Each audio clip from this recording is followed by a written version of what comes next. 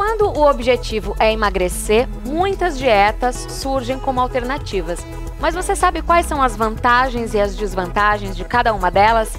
É isso que a gente vai falar agora com a Andressa Fontes, que é nutricionista, e a Letícia, que está aqui com a gente de novo. Mas antes da gente começar, vamos saber se as pessoas realmente acreditam em dietas. Olha só. Eu acredito em dieta, mas eu nunca fiz porque nunca achei que isso fosse necessário.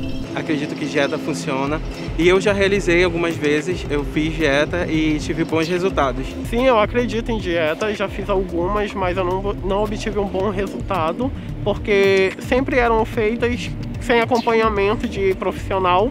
Fiz uma dieta mais recente, há 1 ano e meio atrás, junto com a minha esposa, também buscando perca de peso, e também tive resultado sem estar muito agregado ao exercício físico nessa segunda oportunidade. Andressa, a gente pode acreditar em dieta, né?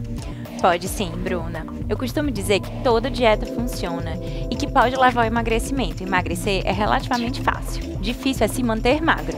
Sim, vamos falar um pouquinho das principais dietas que estão em voga agora no momento? Vamos sim. Cetogênica. A cetogênica é uma dieta que tem um perfil de muito baixo carboidrato. Quando nós calculamos, ela fica em torno de 20 a 50 gramas de carboidrato, que é muito pouco. Uma quantidade de proteína adequada, então a gente fala que ela é normoproteica, e um alto teor de gordura. Então vamos dar uma olhadinha nas regras aí da dieta cetogênica. Perfeito. Então, algumas regrinhas básicas, né? Cortar o açúcar, eliminar os grãos, então evitamos raízes. E o mais importante, comer comida de verdade. A gente está falando de um prato de salada, a gente está falando de um conteúdo altamente nutritivo. Tem ovos e tem proteína? Tem sim, mas não é livre, essa quantidade ela é regrada. O que a gente vai colocar em maior quantidade é, de fato, o grupo das gorduras. Então vamos lá para a próxima dieta, que é a dieta low carb. Também a gente escuta muito falar dessa dieta, né? Isso. A principal característica da dieta low carb é uma redução de carboidrato. Ela não é tão severa quanto a dieta cetogênica e a gente pode trabalhar em diversos perfis de quantidade, desde que seja abaixo da recomendação tradicional de carboidrato. Por isso que a gente coloca aqui abaixo de 44%. Um teor de lipídios moderados, acima do que é o ideal, mas priorizando gordura boa, tá? E de proteínas também um pouco mais elevado do que o ideal, em torno aí de 20 a 30%. Então vamos ver as regrinhas da dieta low carb agora, Andressa? Perfeito. O que a gente tem que evitar e o que a gente tem que priorizar? A gente precisa priorizar comida de verdade. Então, onde encaixar, a gente vai priorizar vegetais, a gente vai priorizar frutas. O ideal é que a gente não pense em gordura como bacon, mas a gente pense em abacate, a gente pense em castanhas, no amendoim, no açaí, né, que é tão nosso. E a gente precisa evitar produto industrializado de uma maneira geral. Andressa, agora eu vou conversar com o Dr. Baracate, que, para quem não sabe, ele é médico e diretor do Instituto Dr. Baracate de Medicina Integrativa. Doutor, eu queria que você falasse pra gente quais são as principais estratégias que as pessoas podem aí traçar para perder peso. Bom dia. Olá, Bruna, bom dia. Há muitas estratégias e ferramentas na busca de perda de peso. Mas, sem dúvida nenhuma, as que mais têm obtido resultado nos tempos modernos são aquelas que combatem ou que vão de contra aquele comportamento da era moderna, consumo de processados, ultraprocessados, refinados, excesso de açúcares e bebidas industrializadas, todas elas.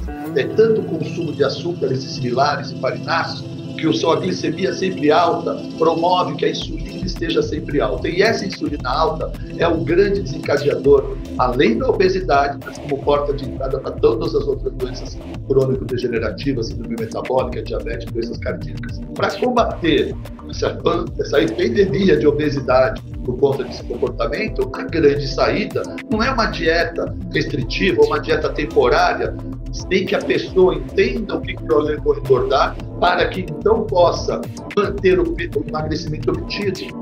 Né? Na verdade, o ideal é que se obtenha através de um novo estilo de vida, porque aí sim o seu emagrecimento é sustentável. Por isso que as dietas low carb têm feito sucesso, essas de baixo carbo. E uma outra ferramenta que não é dieta, mas tem feito muito sucesso, por conta de acelerar essa queda da insulina, é o jejum, que é uma ferramenta que, associada ao estilo low carb, combate diretamente essa ideia da insulina alta, fazendo com que ela caia. Toda vez que a insulina está alta, o cérebro recebe um comando: engordar, engordar. Quando a insulina está baixa, o cérebro recebe outro comando: queimar energia. Então, é por isso que o estilo de vida low carb, associado a um jejum, tem feito tanto sucesso na sociedade nos últimos tempos. Mas eu acredito que tenha muita gente que acha que é difícil fazer o jejum intermitente, que não vai conseguir. Isso é verdade, doutor? Bom, o jejum não é tão complicado, porque muitas pessoas elas não sentem a necessidade do café da manhã. Muitas pessoas passam tranquilamente um dia sem o café da manhã. E a proposta do jejum não é fazer sofrimento algum. Nós usamos, inclusive, o período noturno do sono para somar o período do jejum.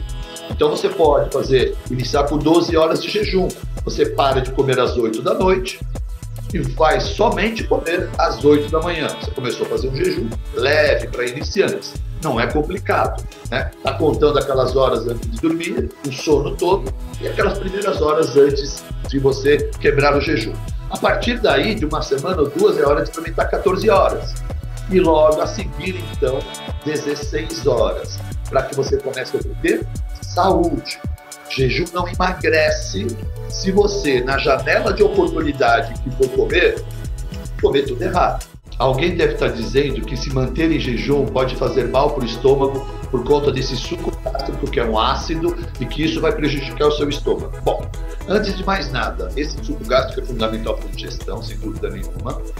Ele tem um pH bem baixo, mas se tem o único lugar no corpo que suporta esse ácido, é o estômago, que tem um muco, que é uma camada interna, que faz esse estômago tranquilamente suportá-lo. Na verdade, não é o jejum que expõe o estômago a uma acidez. É o café, refrigerante, açúcar, álcool.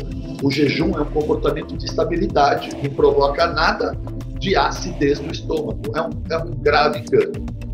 Muito obrigada, doutor Baracate. Uma honra ter você aqui com a gente, viu?